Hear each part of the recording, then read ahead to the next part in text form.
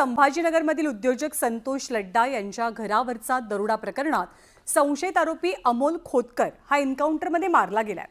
सोबतच या प्रकरणातल्या 5 आरोपींना पोलिसांनी ताब्यात घेतलंय। या सगळ्या कारवाईच्या दरम्यान पोलिसांनी 30 तोळे म्हणजे 300 ग्रॅम सोनं जप्त केलंय। पण या दरोड्यामध्ये 5.5 किलो सोनं आणि 32 किलो चांदी चोरीला गेली होती।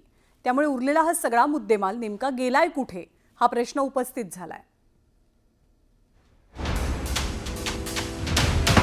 5.5 किलो सोन्याची चोरी, चोरांकडनं अवघं 300 ग्रॅम सोनं जप्त।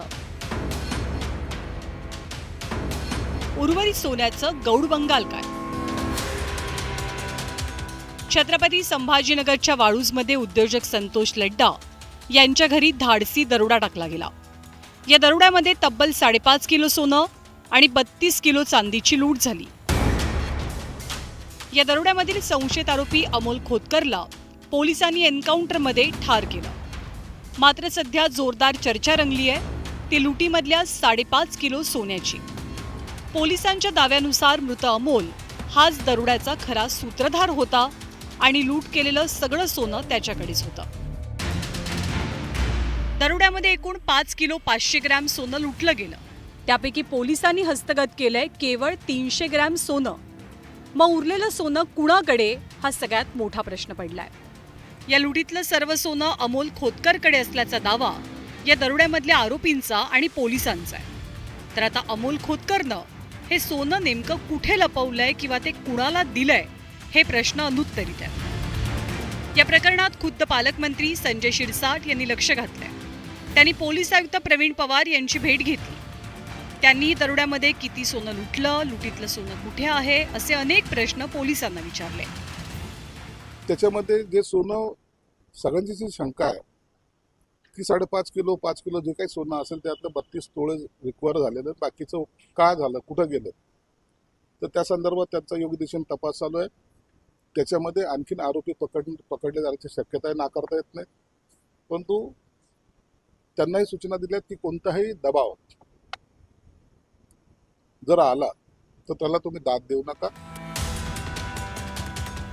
दरोड्यातील संशयित अमोल खोतकर याच्या घरातही पोलिसांना काहीच सापडलं नसल्याचा दावा त्याची बहीण रोहिणी खोतकरनं केलाय।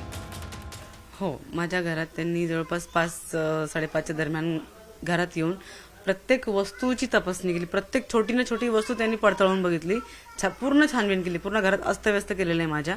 त्यांना घरात काहीही मिळालं नाही कारण घरात काही नव्हतंच।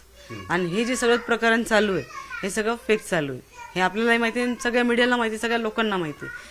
फेक एन्काउंटर होतं। त्यांना फक्त हे संशय होता की हा मुलगा असेल किंवा असं ते म्हणतायत की संशय होता, संशयही नव्हता। शहरात पडलेला दरोडा आणि त्यानंतर संशयित आरोपी अमोल खोतकरचं एन्काउंटर, त्यामुळे सोनं नेमकं कुठे आहे आणि या प्रकरणाचं गौडबंगाल तरी नेमकं काय याचं उत्तर आता पोलिसांना शोधायचंय। अमोल खोतकरच्या घरी सोनं नाही, अमोल खोतकरच्या गाडीत सोनं नाही, अमोल खोतकर सोबत पकडल्या गेलेल्या आरोपींकडे सोनं नाही। मग सोनं गेलं कुठं हा मोठा प्रश्न आहे। 5.5 किलोची तक्रार जरी असली तरी 12.5 किलो सोनं चोरू गेल्याची सुद्धा आता नवीनच या ठिकाणी चर्चेला सुरुवात झाली।